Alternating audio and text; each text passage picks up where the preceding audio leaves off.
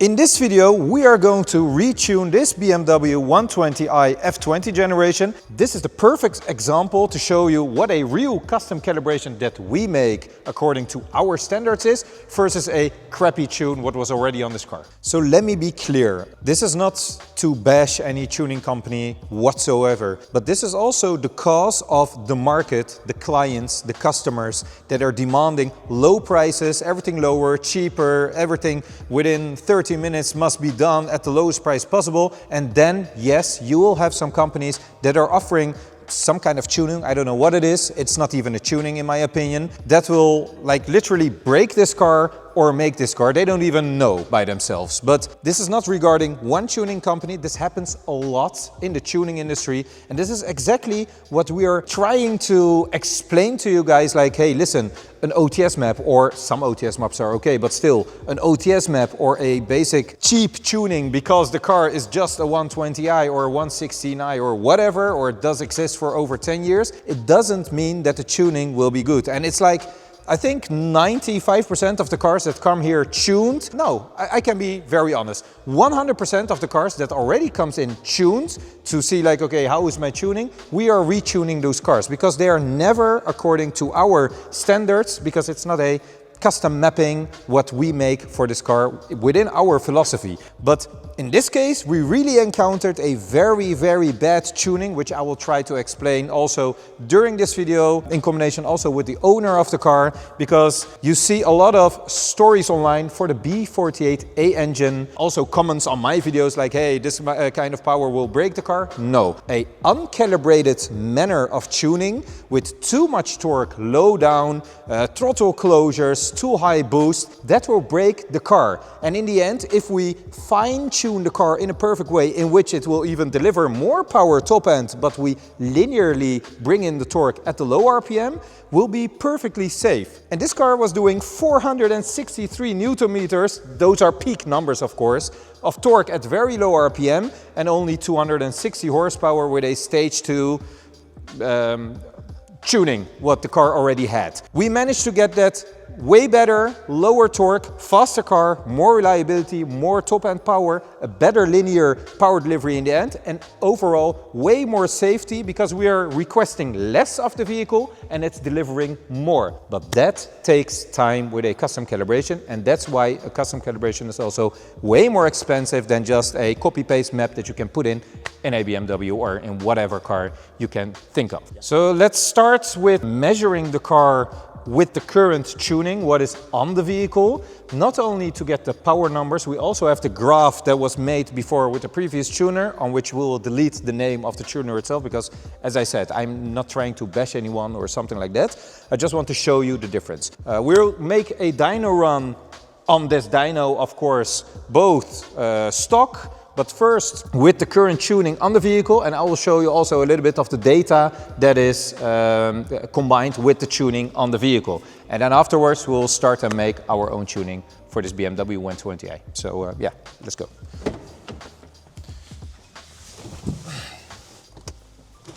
So we are going to make a first run with the current tuning, and I also have the graph of what has been communicated to the customer, what the power numbers are and everything, but I already explained to him like, listen, the power numbers are not that important. So let's see what this car is going to do. I'm going to start the measurement when I'm below 50 kph, start the data log, full throttle. Let's see, there we go. Do you film there?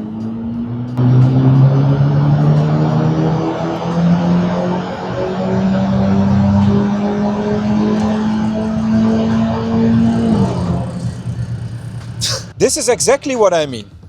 The car is producing 452 Newton meters and 265 horsepower tuned. So what has been communicated to the client is that this car was producing 282 horsepower and 410 Newton meters of torque. 1, the horsepower numbers are not achieved, as you can clearly see. 2, the power curve is insanely bad. It is producing not any power above 5,000 RPM, and it is producing way too much torque for the B48A engine, which I discussed already in all of my previous videos with regards to this engine. And this is an example of what is a basic wrong and defective tuning for your car, which can blame the engine in a major way. I cannot even explain. So what we are doing, we are now going to recalibrate this car in a proper way. And what always happens, or what sometimes happens, I see some comments online like, hey, you're pushing out 280, 290 horsepower. That's not good for the B48 engine. It doesn't matter. The reason why this car is producing this kind of power curve right now is because they're requesting too much of the vehicle, which leads to overboost scenarios at low RPM, bumping up the torque and destroying the engine, while where we are tuning the car is absolutely calibrated in a proper way, that the power curve is linear, low torque, low down, full power in the top range without overstressing the engine and without asking too much of the engine. We are just finding the ideal balance between boost pressure, temperatures, timing, and all those kind of essentials to make a tuning work properly, and also in a way that we are not manipulating the torque in any way to gain any power. Maybe I'm a little bit overexcited right now, but this is exactly what I mean, which sometimes really does frustrate me as a tuner when people say like, hey, but they're producing 450 newton meters of torque or 280 horsepower already, can you do more? Bro, this car is not even doing 280 horsepower, and when I tell like, hey, I will do 280 horsepower or 290 horsepower in a solid way, they will say, yeah, but that's not an increase. Well, it is an increase because your car is not producing this power already. Good rewards to the owner of this car. He bought this vehicle and he already was sensing there was something off. He watched my videos, so thank you for watching my videos again. And he already knew that something was off. It was not completely what it should be like, because you can sense that, you can feel that when you're driving the car. It is not driving in a proper way, and the results show here. So yeah, let's make a proper tune for this car. I am just going to do a second run. The car rested for quite some while now, so it is not heat soaking whatsoever, if that's even an excuse for might be some of you. Let's floor it. The second run. Look at the torque. Oh my god, you can even see it. This is so bad.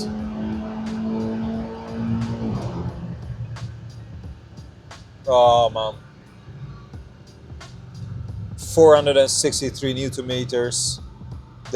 I just don't understand why this engine is not blown up yet. By the way, if you want to see the data logs for all the people out there who understand some data logging, look at this. I will just show you a view of the parameters. Look at this. So this car, let me zoom out. This is so freaking funny. The green line, what you see here, this is a throttle. So the throttle is not even open. I am pushing the throttle hard until the floor, let me put it like that. And it is managing boost by the throttle valve, as you can see here. It's not even the full throttle. The car is throttle closing, or throttle closures are happening completely all over the RPM gauge, as you can see here.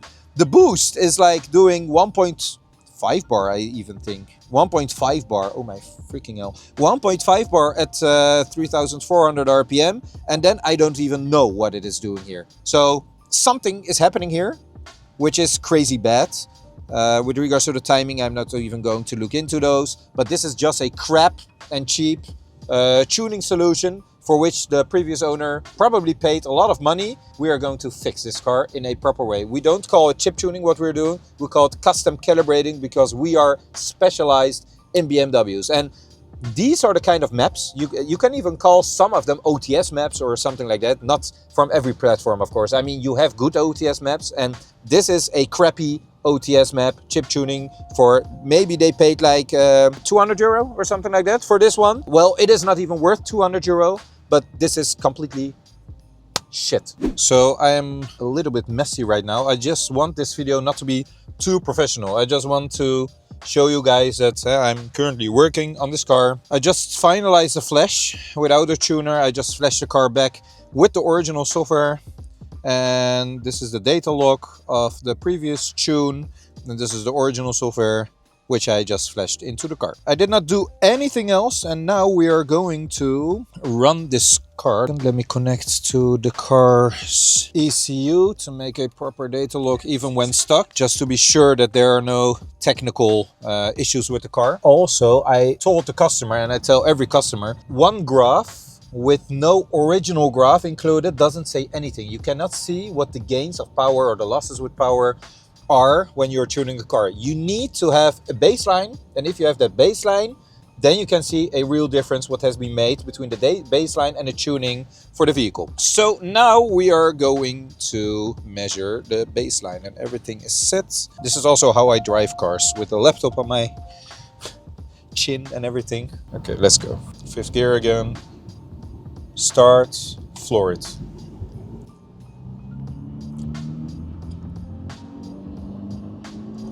290 Newton meters, yes. So around 300 Newton meters stock.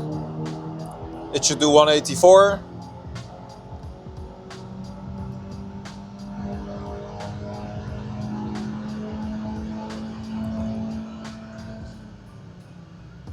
Spot on. Spot on. Let me check how much power this car should make. BMW 120i F20 stock. Yeah, so 184 horsepower and 270 until 290 Newton meters of torque, which is perfectly in line. I will just make one more run because this is a very first run after I did like the stock flashing, so it needs to adapt a little bit. Just for good measure, I will do a second run. There we go, floor it. Like the original line is so much better than the tuned line already. You can see how smooth the original line is.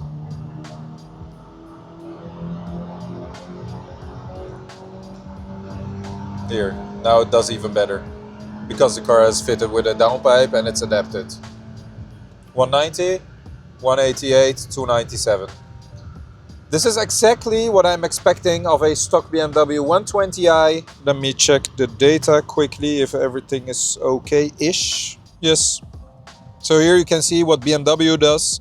They're closing the throttle valve, and then at the top RPM they're limiting it by closing the valve completely, the throttle, and the timing, everything is just spot on. The car is running beautifully right now. Stock. This is okay. I mean, I don't like the throttle closure, but that's what BMW does to all of his cars, so that's okay. Now we are going to make a good tuning for the vehicle. Let's start.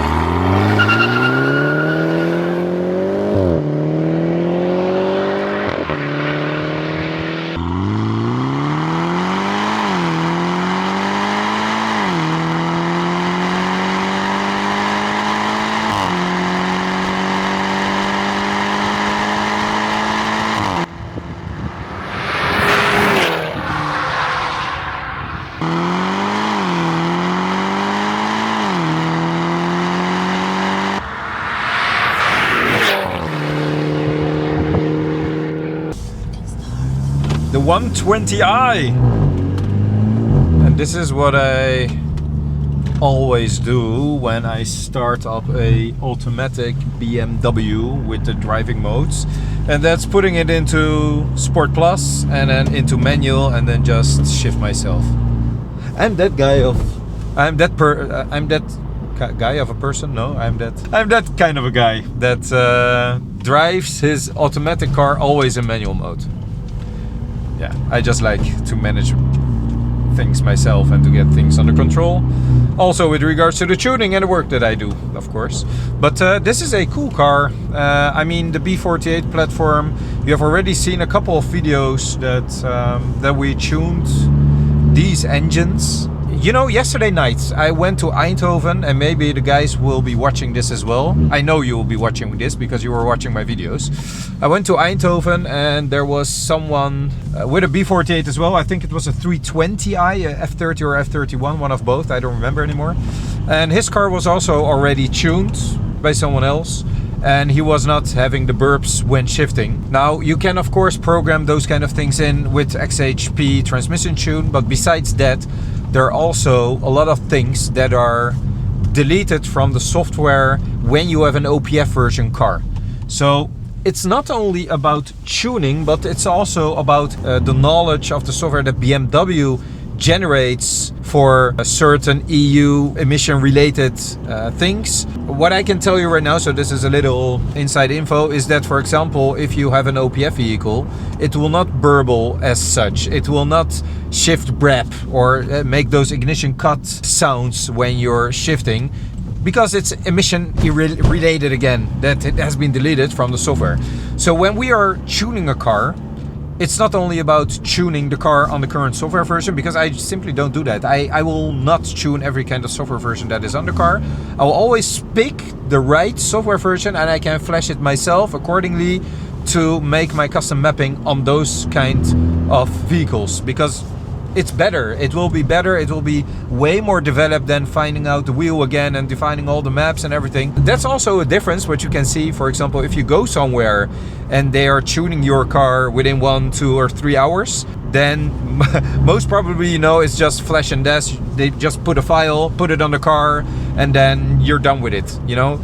Because they don't change the software version, they don't check what is on the car. You cannot always change the software version accordingly, or you have to define all the maps, and that takes like days to make it absolutely perfect. So that's also a thing that we do. But other than that, I mean, the 120i is a very good platform. You hear a lot of horror stories about the B48A engine, and those are only true when the car has been tuned like this was before. Then that story counts. So the car is producing too much power or too much torque, it will break the engine.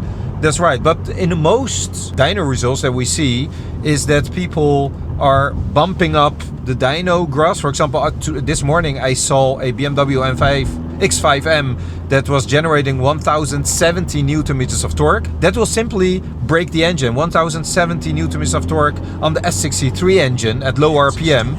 It is just not good. At what kind of RPM it is, it doesn't matter. It is not good for the engine. It will just break it over time. But when it doesn't break, for example, they are driving that car for 5 years without problems and pushing it, that means that the dyno has been overrated, that they bumped up the torque, so it's not even generating 1070 Newton meters. I had a car yesterday in my shop, a BMW M5, which was stated to do 800 horsepower at a tuner in Latvia, I think it was, but that car was doing 720 horsepower on my dyno. So when I put out 800 real horsepower on that M5, that would mean that it gained 80 horsepower, but the client would think it gained nothing. But yeah, it doesn't make sense. But in the end, I did not even retune that M5 because it was perfectly fine. 720 horsepower, 900 Newton meters, flat torque, so that was good. And that's also for this platform. Peak numbers don't say anything at all. The calibration itself is insanely hard to do in a proper way.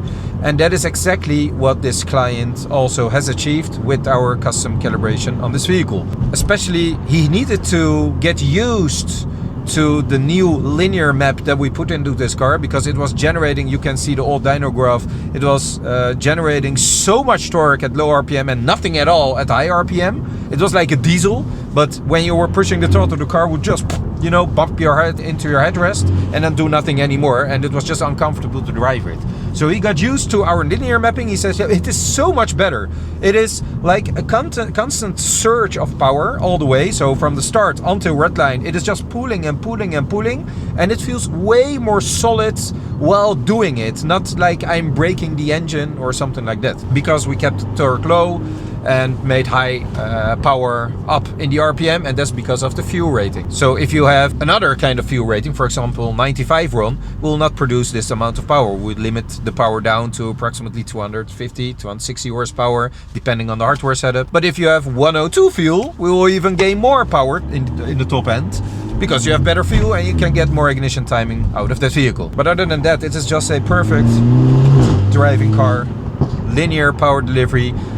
And one more thing, I sometimes get the question like, yeah, can you do pops and bangs on my car and everything like that? No, I don't do pops and bangs. So for everyone out there who's asking me, can you do pops and bangs on my car?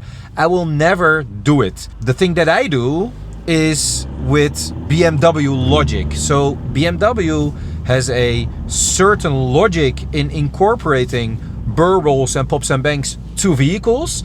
That is the logic that I use to enable these kind of solutions for cars. Maybe I adjust them just a little bit, but in their methodology to gain a little bit or to reduce it a little bit, that's all. For some cars, for example the 545e hybrids, it is not possible to get pops and bangs or burbles in a BMW logic way, because it has never been produced by BMW themselves. So what they do, if it's even working, is like a random pop and bang solution that is not according to the methodology of BMW, and it just drives uncomfortably. It will break the engine in some way, I don't know what way, but it is just not meant for that car. So that means that is my philosophy of tuning. I will never ever do that. So if you're going to ask me, can you do like a Golf GTI pop and bang solution which pops and bangs for 3 hours, you're at the wrong person. I will not do that. And I respect that from myself. So that's a good thing. I talked way too much, I think. Let's floor the throttle a bit. Here you can see the power numbers, and they're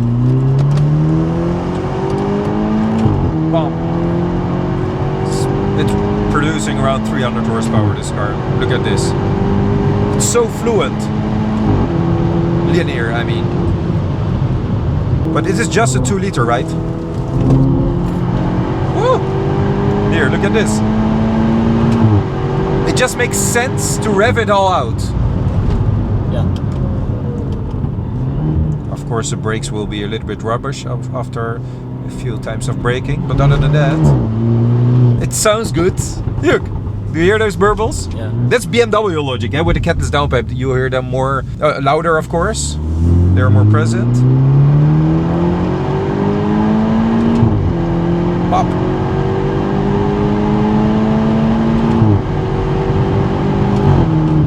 Yeah. This is a good car. I like it. Lars, welkom. Ja. Op mijn professionele YouTube kanaal. Ja, heel goed. Just for the English listeners, we are going to do this in Dutch because it's a little bit easier for us to express ourselves in the Dutch language, and maybe it gives you a nice, I don't know, view of our Dutch language as well, because it's absolutely beautiful. So this is the owner of the car, Lars, and I'm going to ask him some questions, not too deep, but just general view. So let's start. Lars, welkom. Ja, dankjewel. Bedankt dat je naar mijn shop komt, want blijkbaar bekijk jij mijn video's Absoluut, heel veel. absoluut. Al een hele tijd, Ja, ja. En hoe ben je bij mij terechtgekomen? Daar ben ik wel even benieuwd naar. Wat is... nou ja, ik had eerst een Volvo en ik wilde een andere auto, eigenlijk BMW georiënteerd. En ik was van tevoren al een beetje gaan kijken naar tuning via YouTube. En dan kom ik vrij snel bij jou uit. Ja, ik doe nog best wel wat. Hè? Ja, zeker, ja, zeker. Ik vertelde jou ook al, het is natuurlijk niet, ja, tenminste YouTube vind ik, het is leuk om te doen. Het is niet mijn eerste business, zeg maar, om YouTube video's te maken. Maar ik vind het dus juist leuk dat mensen die een beetje verstand of feeling hebben van tuning, dat ze dan denken, oh ja, kijk, die weten een beetje waar het over gaat, et cetera. En dit is denk ik een heel goed voorbeeld wat we vandaag hier op de bank hebben. Want we hebben een BMW 120i. F20 generatie facelift, B48 A-motorisering met OPF in de shop, waarvan OPF is verwijderd, 200 zelfs downpipe zit eronder als het goed is en een aftermarket kleppensysteem is er gemonteerd op de auto. Maar het verhaal is, jij benaderde mij van hey, ik wil wat meer uit die auto halen, want hij is al getuned. Ja, eens. En de grafiek heb ik gezien. Dan gaf ik ook een heel mooi antwoord. Ja, dat komt beter. Want de grafiek die we zagen, er was een Dyno Pro-meting op de openbare weg. Nou goed, dat hoeft nog niet eens erg te zijn. Ik bedoel, dat kan prima uitpakken. Maar wat daarin ontbrak was een nulmeting. Dus je had geen originele meting van de auto. 2, er werd 282 pk. Ja, met 410 Nm beloofd. 410 Nm op 98 brandstof. Ja. Werd er opgegeven. Wat op zich heel prima zou zijn. Kijk, dat is ook het cijfer wat ik ongeveer communiceer naar zulke voertuigen. Van laag koppel rond de 380, 390 zeg ik heel eerlijk gezegd. Onder laag toerental, stage 1, 2 maakt niet uit. En vermogen op 98 rond de 280 pk, dat is in principe wat je zou kunnen halen. Maar we gaan dat sowieso nog zien. Maar we hebben deze auto natuurlijk gemeten. En buitenom piekcijfers, want dat is ook wat ik aan jou opgaf van...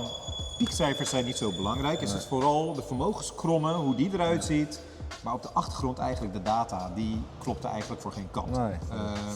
Want wat gaf de auto, wat deed hij uiteindelijk? 267 pk. En 463 Newtonmeter veel te koppel. hoog. Ja. Wat killing is voor dit blok. Maar dat komt dus vanwege het feit dat de auto niet gecalibreerd is op de juiste manier. Dus wat hij doet is eigenlijk een overboost moment in het begin. Waardoor hij heel hoog koppel scoort. Dat is natuurlijk leuk voor alle mensen die video's bekijken. Ja. Maar dat is helemaal niet zo goed voor dit blok. Nee, dat blijkt. En de cijfers zorgen er ook niet voor dat die auto veel sneller wordt. Nee. Dus wat gaan we doen? We gaan dat ding hertunen.